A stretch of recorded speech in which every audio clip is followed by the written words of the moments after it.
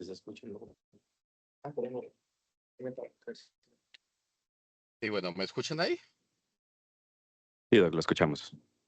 Bueno, Juan Pablo, gracias. Bueno, un saludo, muy buenos días a todos los asistentes a esta modalidad híbrida, presencial y virtual en el ciclo de conferencias de la Sociedad Huilense de Anestesiología y Reanimación, que les da la bienvenida y les agradece la asistencia. El tema de hoy es de consideraciones analgésicas en cirugía de abdomen, a cargo de nuestro residente de primer año, el doctor Juan Pablo Tovar, bajo la tutoría del doctor Eugenio Medina. Tenemos hoy el acompañamiento o la vinculación del laboratorio Robson, que nos ofrece al final de la conferencia un refrigerio, desayuno. Muchas gracias a ellos por la vinculación. Juan Pablo, bienvenido y muchas gracias por el tema. El auditorio es suyo y podemos dar inicio a la actividad. Muchas gracias. Doctor Daniel, muchísimas gracias por la introducción. Entonces, como mencionaba, el día de hoy estaremos hablando de las consideraciones analgésicas en cirugía de abdomen. La dinámica de la charla va a ser inicialmente pues definir qué es cirugía de abdomen mayor, un poco de epidemiología, de conceptos, una revisión muy breve de la anatomía de la inervación del abdomen, las técnicas analgésicas y finalmente concluimos pues qué es lo que dice como tal las guías. Entonces, empezando, en el 2024 pues se reúne un grupo de expertos para poder dar como un concepto y la definición de cirugía de abdomen mayor, que se define como una cirugía intraperitoneal sin compromiso de tórax que involucra la resección luminal y o de órgano sólido asociado con tracto gastrointestinal. Se documenta que del 2021 al 2022, en tan solo un año en el Reino Unido, 5.8 millones de personas, o se realizaron, mejor dicho, 5.8 millones de este procedimiento, y está establecido que en lo largo de nuestras vidas tenemos una probabilidad del 40% de requerir este tipo de procedimiento, lo cual no es algo pues nada despreciable. Dentro de los estudios de qué tipo de procedimientos son los que más duele, se tiene que la cirugía de abdomen está en tercer lugar, y esto es debido por el gran trauma quirúrgico que compromete pues este tipo de procedimiento, el compromiso inflamatorio, el neumoperitoneo, sobre todo en los casos de laparoscopia. Este neumoperitoneo va a también generar un poco de inflamación en el diafragma, la disección de todos los tejidos y el alto riesgo de presentar el hilio en el posoperatorio, que es de 25% en el caso de la parotomía y hasta 17% en la laparoscopia. Este hilio nos va a favorecer el crecimiento bacteriano, podría favorecer un síndrome compartimental y en el peor de los casos, pues una perforación intestinal. En el caso de la parotomía y en el caso de la paroscopia, decimos que el riesgo de que este dolor posoperatorio se llegue a cronificar sería del 25% y 17% respectivamente, y en procedimientos que solemos subestimar, como por ejemplo una hernia inguinal o colicistectomía, el riesgo de que se cronifique el dolor puede llegar a ser hasta el 50%, perdón. Es por eso pues, que es importante el adecuado manejo de esto para prevenir pues, este desenlace indeseable. Dentro de los factores de riesgos para dolor abdominal postoperatorio, pues tenemos los factores psicológicos, pues como la vulnerabilidad, la depresión, trastornos de ansiedad, factores genéticos también, y se habla mucho del tipo de cirugía. Sabemos que la laparotomía duele más que la laparoscopia, y para medidas o estrategias de prevención de este dolor, pues tenemos la analgesia multimodal, la analgesia regional, antagonistas NMDA, gabapentinoides, el abordaje psicológico, que va de la mano con las medidas farmacológicas, las estrategias quirúrgicas, siempre que sea posible, o pues a ver, también a criterio del cirujano, pues eh, pues el abordaje por vía laparoscópica, que la presión de neumoperitoneo sea limitada a 15 milímetros de mercurio, y otras estrategias médicas no quirúrgicas, como por ejemplo la prevención de náusea y vómito postoperatorio y un adecuado manejo antimicrobiano según sea el caso para cada paciente. También se habla entre los factores la localización del procedimiento quirúrgico. Pues en este estudio de pacientes de cirugía de resección de tumor gastrointestinal, los pacientes que se les resecaron tumores de abdomen superior presentaron mayor dolor postoperatorio, esto asociado a que hay mayor tracción de los tejidos en este tipo de procedimiento. La laparotomía duele más que la laparoscopia, y el uso de analgésicos de larga acción durante el perioperatorio pues también tiene un impacto en la presencia o no y la intensidad del dolor postoperatorio en estos pacientes. Una breve revisión de la anatomía de la inervación abdominal. Sabemos que pues, la región, clásicamente la región abdominal está comprometida desde T7 a L2, pero se sabe que por el entrecruzamiento de fibras, este puede estar incluso un poco más extendido, incluso desde T5 a L1. Esta inervación va a estar, la inervación somática va a estar aportada por las raíces nerviosas de estas ramas torácicas, y también tenemos un componente visceral, pues ya del contenido intraabdominal. Las vísceras estarán inervadas por fibras del plexo celíaco, el plexo hipogástrico, fibras del nervio vago y el plexo sacro. El peritoneo parietal también tiene inervación somática, y el peritoneo visceral estará aportada por fibras simpáticas del nervio esplácnico. Entonces, ¿qué es lo que duele en la cirugía de abdomen? Principalmente el dolor somático y el dolor visceral, pues por estos compromisos nerviosos. Y la medida o las estrategias para el manejo de este dolor, pues clásicamente y se describe que los opioides sistémicos. No obstante, también podemos utilizar técnicas regionales en cualquiera de los niveles, ya sea por analgesia neuroaxial, epidural o intratecal, y los bloqueos regionales, que pues hablamos de algunos cuantos, como por ejemplo el cuadrado lumbar, el paravertebral o el ESP, que la ventaja que tienen estos tres bloqueos es que van a tener dispersión epidural del fármaco que vamos a administrar, y esto puede tener un aporte al componente visceral. Tenemos también otro tipo de bloqueos como el TAP, la vaina de los erectores o el QR lateral, que sí tendrán un componente más o principalmente somático. También tenemos un dolor inflamatorio, principalmente en el neumoperitoneo, que nos produce la inflamación del diafragma. Las medidas analgésicas o las estrategias para manejar este dolor, pues será ya la analgesia multimodal, como por ejemplo los AINES, el uso del acetaminofén, dexametasona incluso, y aquí empezamos a hablar de otras medidas, como por ejemplo la lidocaína endovenosa. El componente neuropático, ya las estrategias coadyuvantes como gabapentinoides, ketamina y magnesio, que son antagonistas del NMDA. Entonces vamos a empezar a hablar de todas estas técnicas analgésicas, recordar la clásica escalera del manejo del dolor de la OMS, en el que empezamos de abajo para arriba con analgésicos no opioides, luego seguimos con opioides leves, y finalmente, pues en los casos de dolor severo, pues con opioides de mayor potencia. No obstante, ya está descrito y pues tenemos alto conocimiento que estos opioides fuertes tienen un efecto hiperalgésico y pronosociceptivo. Entonces nos dirigimos a la escalera ajustada de Ottawa, en la que además de estos tres escalones iniciales tenemos en paralelo las estrategias antinociceptivas o antihiperalgésicas, como coadyuvantes, que son pregabalina, lidocaína y ketamina. Vamos a hablar brevemente de cada una de estas estrategias y luego las aplicaciones en estos casos.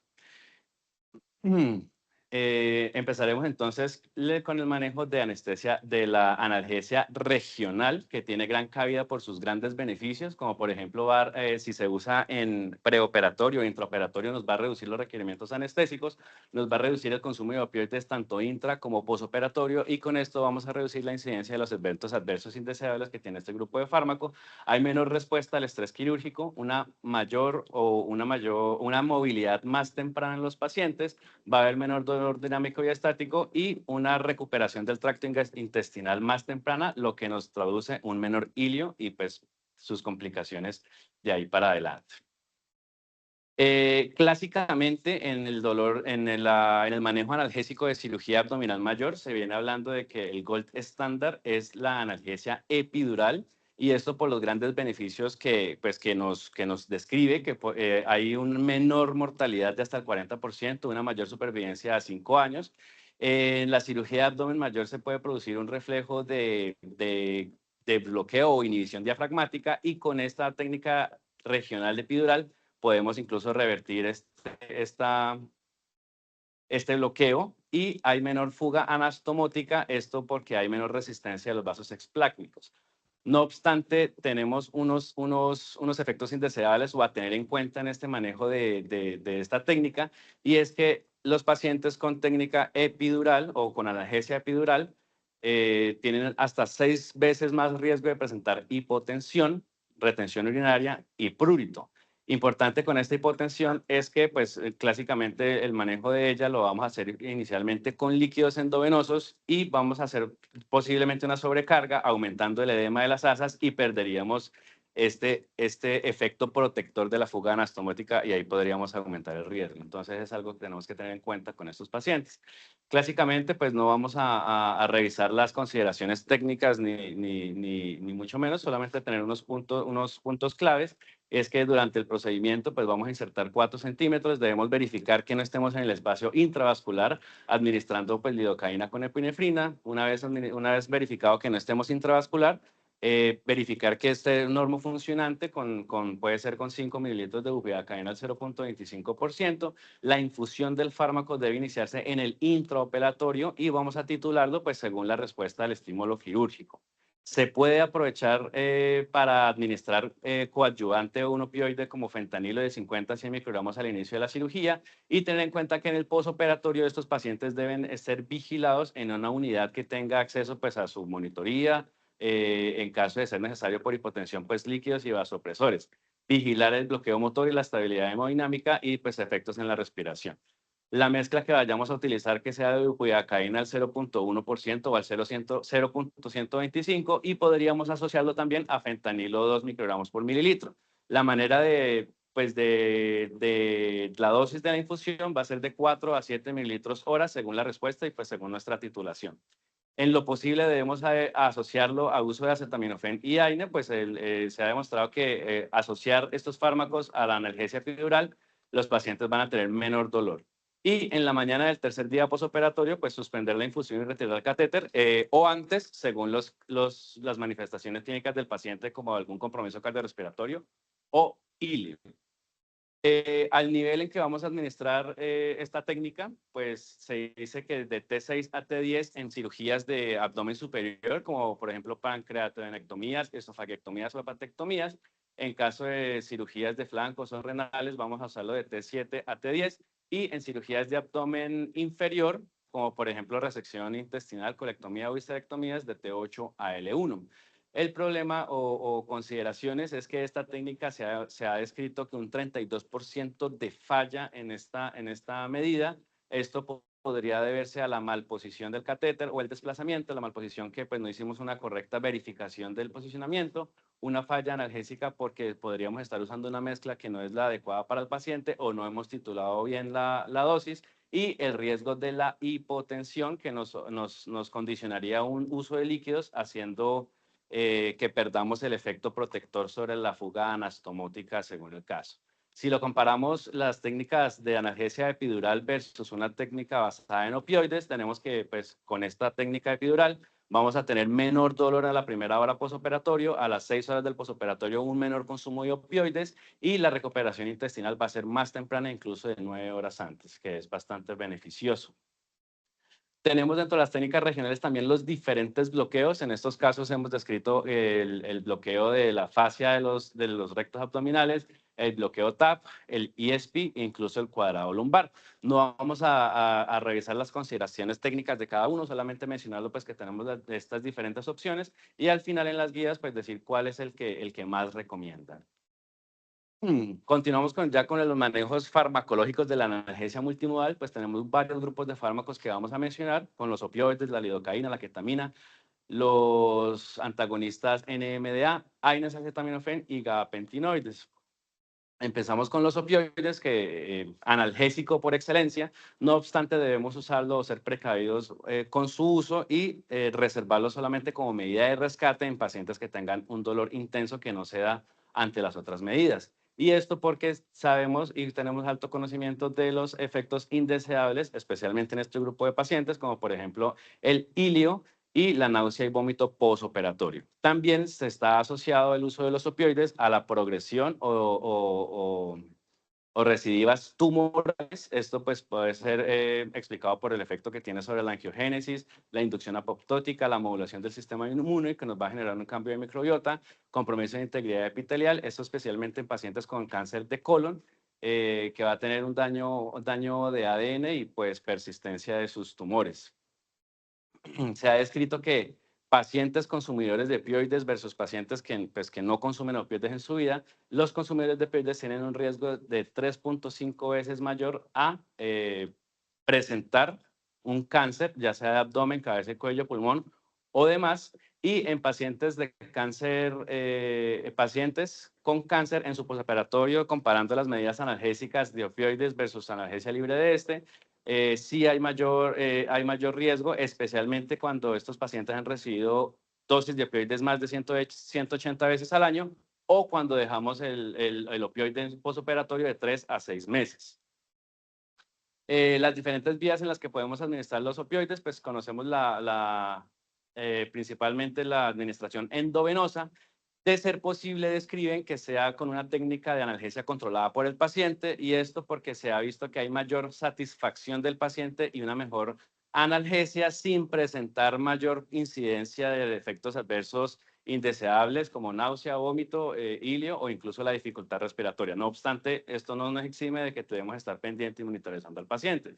Los opioides que vamos a usar con esta estrategia pues podrá ser morfina, hidromorfona y fentanilo, e incluso podríamos usar opioides débiles como el tramadol. No obstante, este tiene mayor riesgo de náusea y vómito posoperatorio, que es un efecto altamente indeseable en este tipo de pacientes, por lo cual pues no es como tan recomendable. También podemos administrarlo el vía epidural, ya sea asociado o no a anestésicos locales, y se tiene preferencia por los opioides hidrofílicos, estos porque van a tener mayor absorción y un mayor compromiso o abordaje segmentario. Se puede usar tanto morfina como hidromorfona, pero se describe que la hidromorfona tiene menos efectos adversos como dificultad respiratoria, por lo cual pues podría ser una consideración a preferir sobre la morfina en caso de que queramos utilizar esta técnica.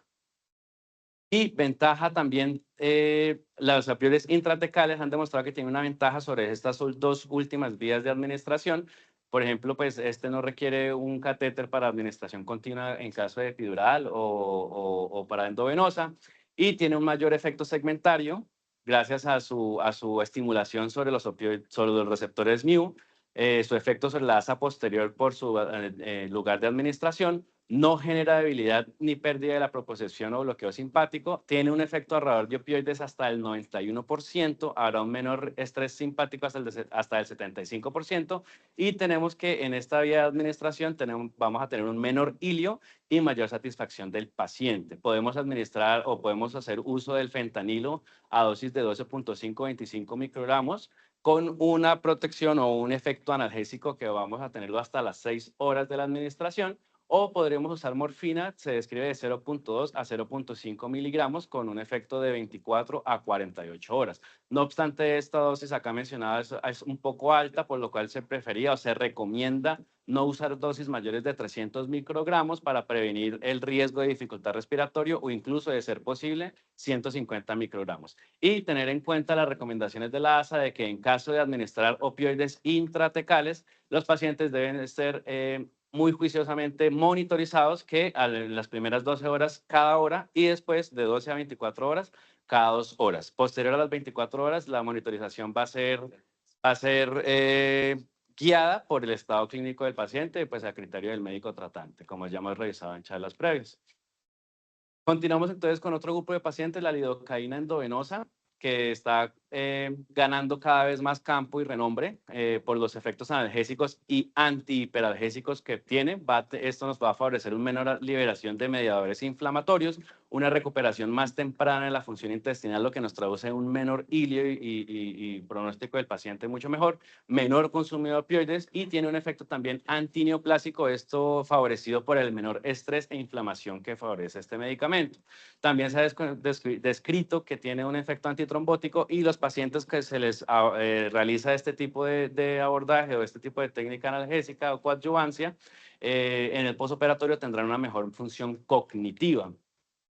La manera de administrar este fármaco es en el intraoperatorio, un bolo inicial de 1 a 1.5 miligramos kilogramo lento de 10 a 15 minutos, e inmediatamente después iniciar de la infusión, que vamos a titularla de 0.5 a 2 miligramos por kilogramo hora. La titulación pues se recomienda que sea de 0.25 miligramos por kilogramo, de acuerdo a la respuesta del paciente o a los signos de toxicidad.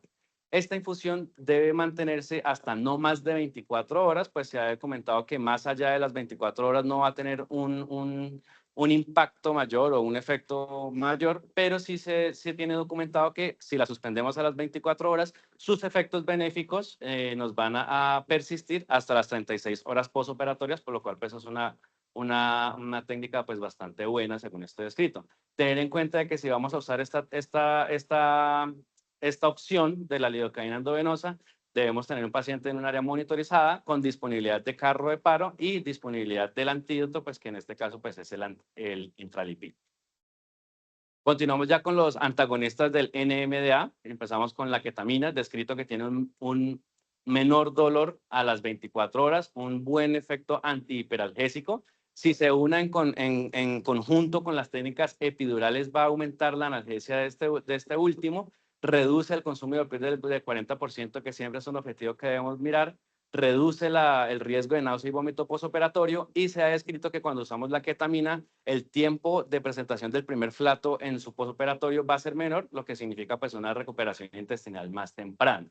El objetivo o la meta de uso de la ketamina es alcanzar unas concentraciones plasmáticas de 100 microgramos por mililitro, y esto lo lograremos administrando un bolo inicial de 0.5 miligramos por kilogramo y continuamos una infusión de 0.12 miligramos por kilogramo hora. Lo mismo, una infusión hasta 24 horas en el postoperatorio.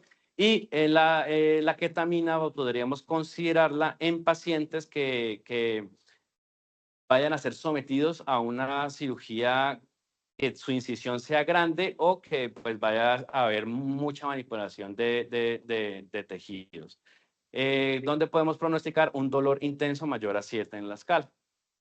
Continuamos con otro antagonista de NMDA como el sulfato de magnesio, descrito que en el uso de este medicamento vamos a tener menor dolor en las primeras 6 a 24 horas, un buen efecto ahorrador de opioides, sin diferencias en la presentación de eventos adversos como por ejemplo hipotensión, bradicardia, náusea o escalofríos. Se ha estudiado si se debe administrar en dosis única o en dosis de infusión, no se ha encontrado diferencia, por lo cual se recomienda la administración de dosis única de 40 a 50 miligramos por kilogramo o en adultos de 2 gramos. Respecto al AINES y el acetaminofén, se describe que siempre que sea posible y que no esté contraindicado debería usarse. Se reduce el consumo de opioides de 20% con el acetaminofén, 30% con el AINES. Hay menor náusea y vómito postoperatorio que con otras técnicas y vamos a tener un menor efecto de sedación que también es indeseable. No obstante, se debe tener en cuenta que los AINES en algunos tipos de cirugía van a tener un efecto de fuga anastomótica, y esto explicado por el efecto que tiene este grupo de fármacos sobre las prostaglandinas, que nos va a alterar la cicatrización, una menor actividad de los fibroblastos, nos va a generar una menor fuerza tensil de la anastomosis y finalmente la dehiscencia de la herida. Este riesgo se materializa o tiene mayor impacto cuando usamos los AINES a más de 48 horas, cuando la cirugía es de emergencia o es una cirugía rectal, por lo cual en estos tipos de cirugía de emergencia rectal debemos ser un poco más precavidos con el uso de los AINES. Respecto a la iosina, no hay evidencia que sopese el uso como coadyuvante en la técnica analgésica. Lo describen, el uso de este fármaco lo describen más es como intraoperatorio para facilitarle al cirujano la manipulación de los tejidos, pero sí tiene un mayor riesgo de hilio postoperatorio, por lo cual este fármaco no lo vamos a tener en cuenta en nuestras estrategias de manejo analgésico. Sí, empezamos a hablar también del Nefopan, que tiene una buena analgesia al llegar a la unidad de cuidados postanestésicos y a las 6 horas del postoperatorio. La ventaja que tiene este fármaco es que es de administración única, de dosis única y un buen efecto alrededor de opioides, pero pagando el precio de un mayor riesgo de náusea y vómito postoperatorio, pues que insistimos, es un evento que no queremos que se presente en un paciente con cirugía abdominal. Respecto a los gabapentinoides que mencionamos, cada vez que hablamos de ellos, tiene un pobre efecto analgésico, pero sí podríamos considerarlo en caso de que estemos buscando múltiples estrategias para ahorrar opioides. 50% de ahorro de opioides con gabapentina, 35% con el uso de pregabalina, pero para que este grupo de fármacos tenga un verdadero impacto en el ahorro de los opioides, se deben usar dosis altas de pregabalina hasta 300 miligramos y gabapentina 1200. Iniciarse 1 o 2 horas previo al procedimiento quirúrgico y continuarlo hasta 14 días posoperatorios. con riesgo de que presenten los pacientes fatiga, sedación, mareo e incluso edema de miembros inferiores. Por lo cual, este grupo de fármacos lo limitaremos su uso a los pacientes que ya venían consumiendo este tipo de fármacos previamente, que haya alto riesgo de dolor neuropático postoperatorio, o si estamos buscando diferentes estrategias para ahorro de opioides, pues también podríamos tenerla en cuenta, más no de uso rutinario en todos los pacientes. Ya empezando entonces a hablar de las guías, clásicamente pues tenemos la sociedad ERAS. Su primera, bueno, dentro de sus primeros protocolos o guías en el 2005, clásicamente les mencionaba la epidural como gold estándar del manejo analgésico, asociado pues a su analgesia multimodal. De ahí para adelante hemos tenido múltiples actualizaciones. En el 2015 la epidural sigue siendo el gold estándar de la analgesia, pero empezamos a hablar de otras estrategias como la morfina intratecal, la infusión de lidocaína, el bloqueo TAP continuo y pues asociado también a su analgesia epidural. Ya en el 2018 la epidural va perdiendo su popularidad y se limita solamente a cirugías de laparotomía, especialmente cirugías grandes, pues más grandes como la colorectal, pancreatoduodenectomía o esofagectomía, y en el uso de la paroscopia pues no vamos a usar la epidural. Continuamos con otras técnicas como lidocaína endovenosa y morfina intratecal o los bloqueos TAP. Y hace 20 días, hace 15 días, perdón, salió una nueva actualización de este manejo de ERAS, ya en el 2025, en el que ya tenemos cada vez más pérdida de popularidad o más pérdida del campo de la estrategia epidural. Definitivamente no la vamos a usar en la paroscopia, podríamos usarla en la parotomía, no obstante, solo si no es posible hacer el abordaje de otras técnicas regionales. Sigue ganando peso y siempre que sea posible en la analgesia multimodal, el uso de acetaminofén, el uso de AINES en cirugía colónica y en cirugía rectal no, por el riesgo de fuga anastomótica que ya hemos mencionado previamente, el uso de opioides endovenosos no de rutina, solamente en medidas de rescate, y el gabapentinoide también no va a ser de rutina, solamente en las medidas que les hemos mencionado.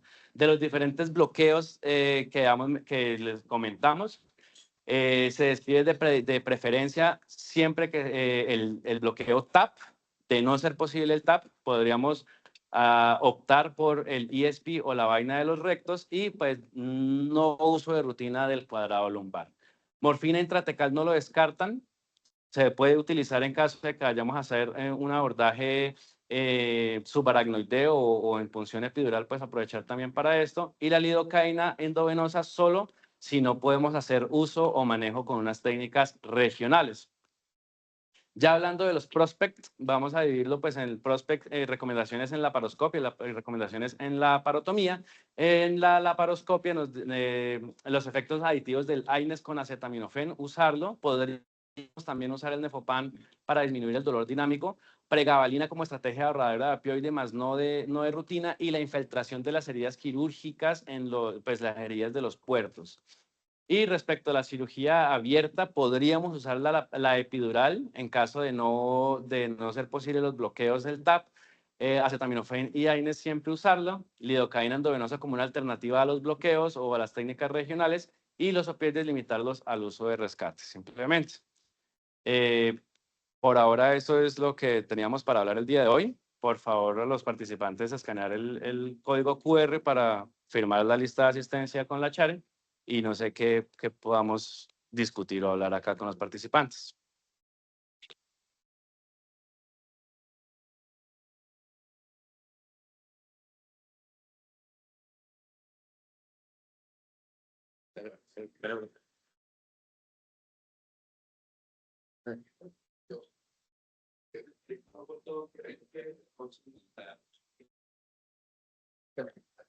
Que tengo acá el café. Doctora.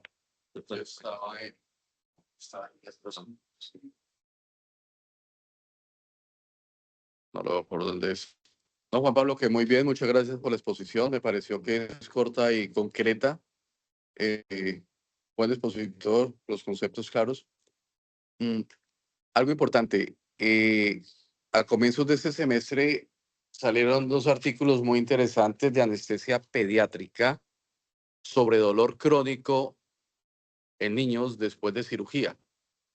Y sorprendentemente, la incidencia de dolor crónico en la población general en cirugías para estos chiquitines está alrededor del 20 al 25%, una cifra que consideramos escandalosamente alta. Y si la cirugía es una cirugía mayor, abdominal o torácica, esa cifra se eleva al 28 o el 30%. Y en eso nosotros como anestesiólogos tenemos una injerencia directa en ayudar a disminuir la aparición de dolor crónico. Entonces, me gustó mucho la traída de todos los coayudantes porque hoy estamos hablando de la multimodalidad. No le vi que nombrara mucho la desmedetomidina, que es un coayudante, no sé a los demás colegas, pero con el paso del tiempo, al menos en la práctica mía, prácticamente es rutinaria ya, porque tiene muchas ventajas y muy pocos efectos adversos. Rescatar el uso de ketamina a bajas dosis. Y vuelvo y lo digo, se lo digo a ustedes permanentemente y en cada reunión que puedo.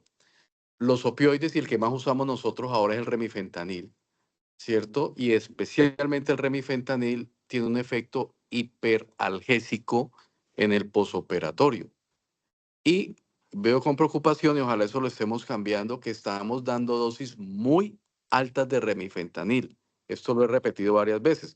Cuando ustedes usan todos los modelos farmacocinéticos que hay en el mercado, cualquiera de ellos, ustedes saben que yo uso mucho el Iltiva, que fue ideado por el colega de Cali y es muy bueno a nivel mundial, pero pueden usar cualquiera. O cuando tienen BIS o entropía o Cellline, etcétera, etcétera, se van a dar cuenta que ustedes logran un buen nivel de analgesia con concentración plasmática o sitio efecto deseado con una dosis de remifentanil que oscila entre 0,1 y 0,15 microgramos kilo minuto. Está metido en la cabeza de mucha gente que la dosis estándar es 0,2. Ya todo el mundo le ponen 0,2. Están dando dosis altísimas de Remi que pueden estar impactando no solamente la inestabilidad hemodinámica y por eso le están colocando NOR a todos los pacientes, sino que además pueden estar produciendo hiperalgesia. Entonces, interesantísimo eso porque, claro, uno saca al paciente la anestesia y listo y se fue. ¿Y el posoperatorio qué? Entonces, me parece muy interesante. Está el doctor Miguel Pérez, especialista en dolor. No sé si nos pueda decir algo más sobre eso. Es decir, lo que les quiero contar es que la actividad de nosotros como anestesiólogo va mucho más allá del acto anestésico. Y el hecho de que aparezca, por ejemplo, o no dolor crónico, en mucho es responsabilidad de nosotros. Y no lo vemos, ¿no? Eso es tardío. Gracias, Juan Pablo. Muchas gracias, Doc. Sí, de hecho, en las guías y pues todo esto que se revisó no mencionan la dexmedetomidina y eso es algo que yo comenté ayer con el doctor Miguel, que es nuestro especialista en dolor. Tocaría ver pues si en los siguientes años pues nos describen más sobre este fármaco. ¿Tú ibas a hablar?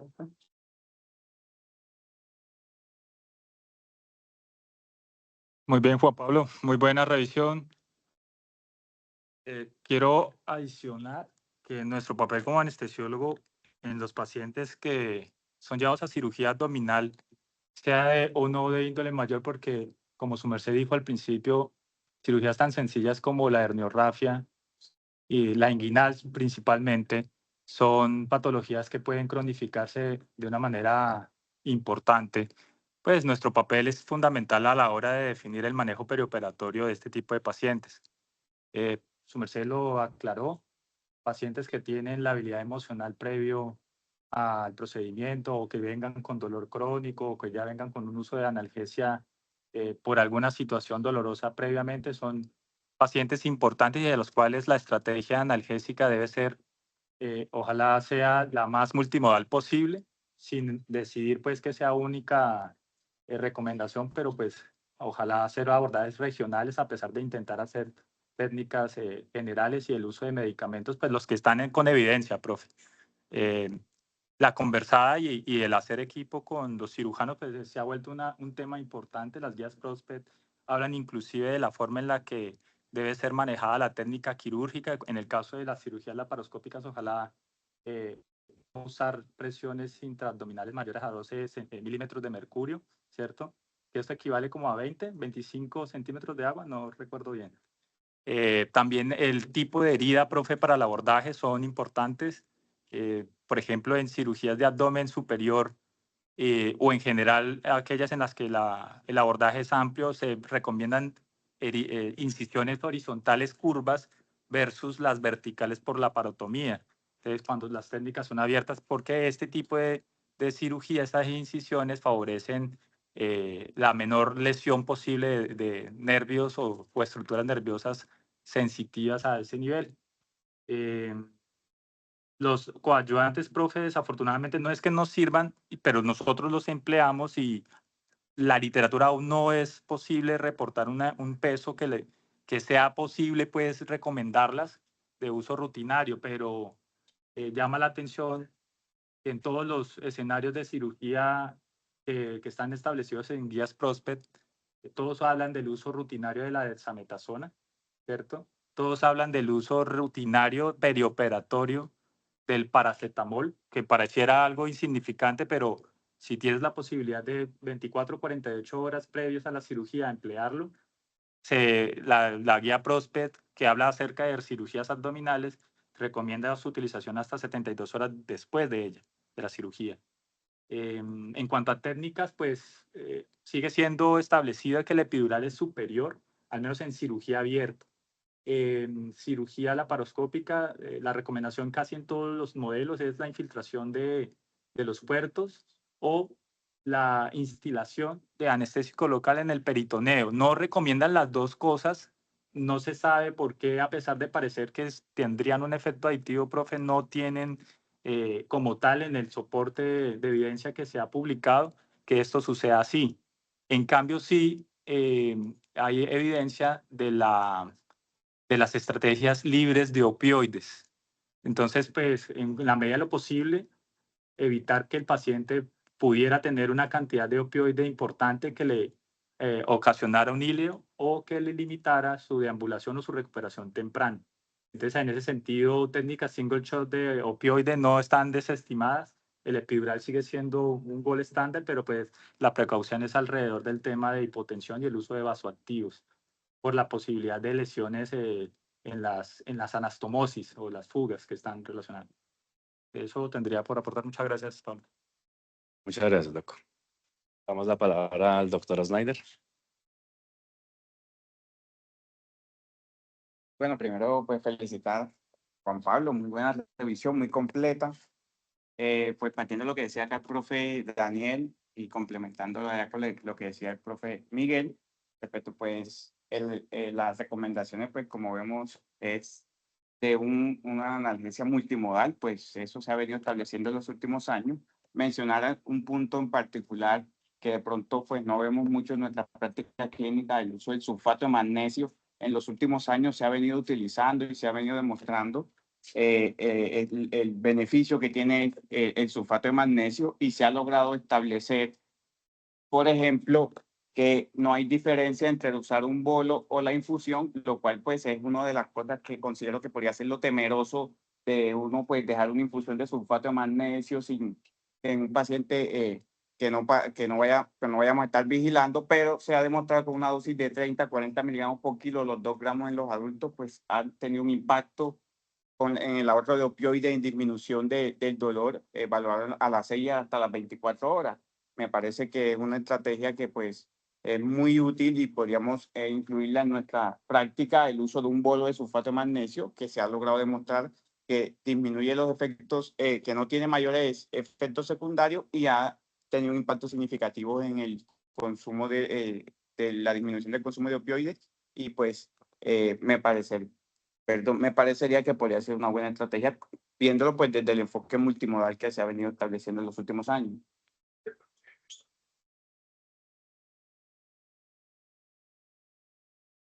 Quizás esto sea que no sea popularizado, porque sí tiene efecto a eso. Puede ser efectos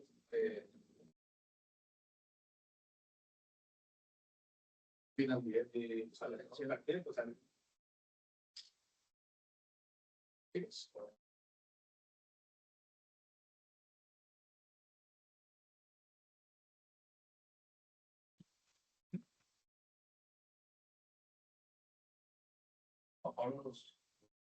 efectos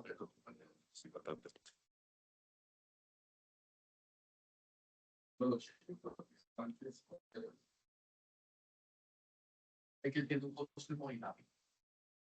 allá el proceso. Pero la acción de operar.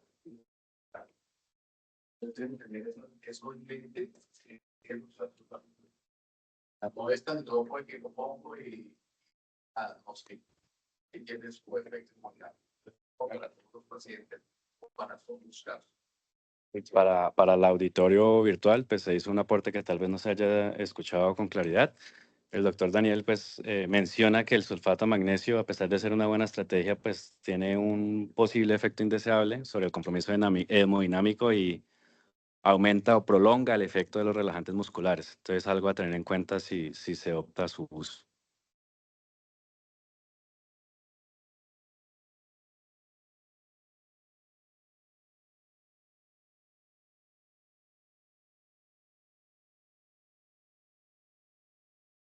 Pues primero que todo, nuevamente felicitar al doctor Juan Pablo, una reunión, una charla bastante concisa, bastante concreta. Adicionalmente, complementando con lo que ha dicho el doctor Miguel, el diálogo es clave con el cirujano, ya que la mayoría de los pacientes que tenemos en este caso, en nuestro contexto, son pacientes oncológicos que van para cirugías gastrointestinales. En los pacientes que son con cirugía laparotomía, generalmente, pues aunque la técnica regional ideal sea el TAP, muchos tendremos el inconveniente que nos topamos con el campo quirúrgico, las heridas o pacientes que quedan con ostomías. Entonces ahí tener vital importancia en que en el ESP pues no estaríamos abordando el campo quirúrgico y sería una alternativa ideal.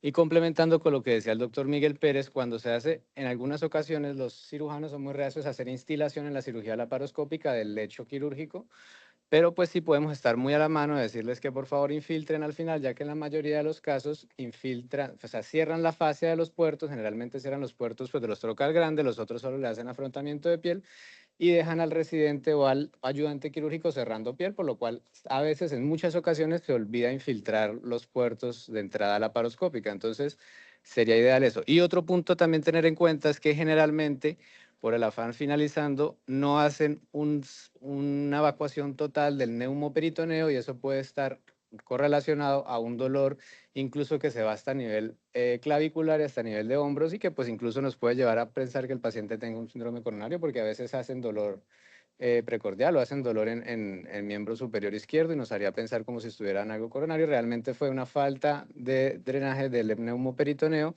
que nos llevase molestia a esa distensión diafragmática. Juan Pablo, una pregunta al auditorio y un aporte. El aporte es anecdótico. En el protocolo de trasplante renal que ustedes se saben, pues se hace por una lumbotomía usualmente derecha. Nosotros tenemos el catéter peridural para manejo de dolor. Cuando salieron los bloqueos del cuadrado lumbar y el SPN, decidimos no ser tan invasivos y explorar especialmente el cuadrado lumbar. La experiencia fue mala. ¿Sí? Al paciente después de 24 horas tenía un dolor muy intenso y nos regresamos al peridural.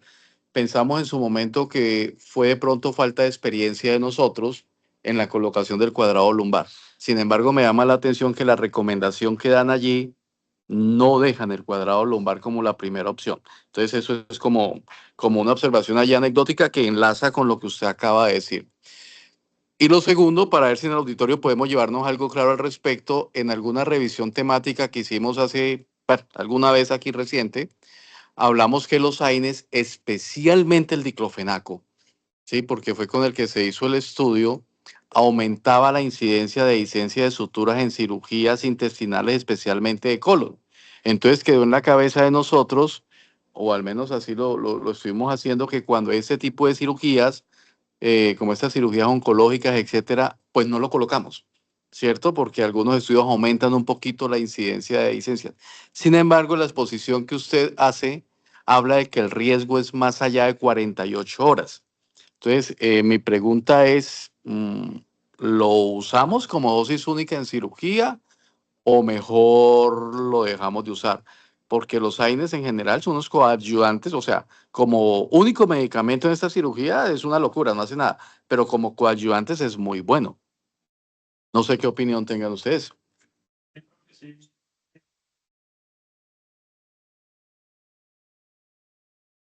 la guía Brussels, la guía europea, cuando habla de cirugía de abdomen, no tiene otra recomendación que post 2.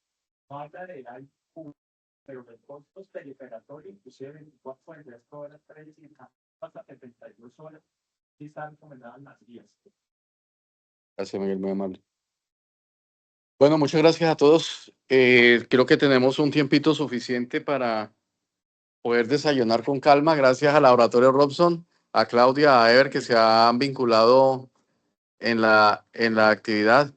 Bienvenidos. Yo les recuerdo a ustedes que hace muchos años, los miércoles había desayuno en la cafetería todo el tiempo, pues por razones logísticas, comerciales, etcétera, eso se ha perdido. Entonces es un gusto que nuevamente los laboratorios se vinculen en esta actividad. ¿Vale? Claudia, a ver, muchas gracias. Nosotros somos representantes buenos días. Nosotros somos representantes del laboratorio Robson Therapeutic SAS. Mi compañero Eve Gutiérrez y mi nombre es Claudia Marcela Suárez. Queremos acá compartir un momento con ustedes y pues un degustar, como le decía el doctor Rivera. Para nosotros es muy grato darles a recordar o decirles que este año Robson está cumpliendo 70 años en el mercado colombiano, nuestra tradición de calidad. Bueno, como primera medida, pues manifestar nuestros agradecimientos, en especial al doctor Daniel Rivera como presidente de la sociedad. Como Robson Therapeutics, queremos comentarle que nuestra compañía cuenta con las 3 moléculas anestésicas, como es roxicaína, bupirot, bupivacaína al 0.5%, bupines, que es bupivacaína levógira, al 0.75% en sus presentaciones, tanto en pesado como simple. A todos los participantes, muchísimas gracias por conectarse. No siendo más, pues damos por finalizada la charla para dar continuidad con nuestras actividades académicas y laborales. Buen día para todos.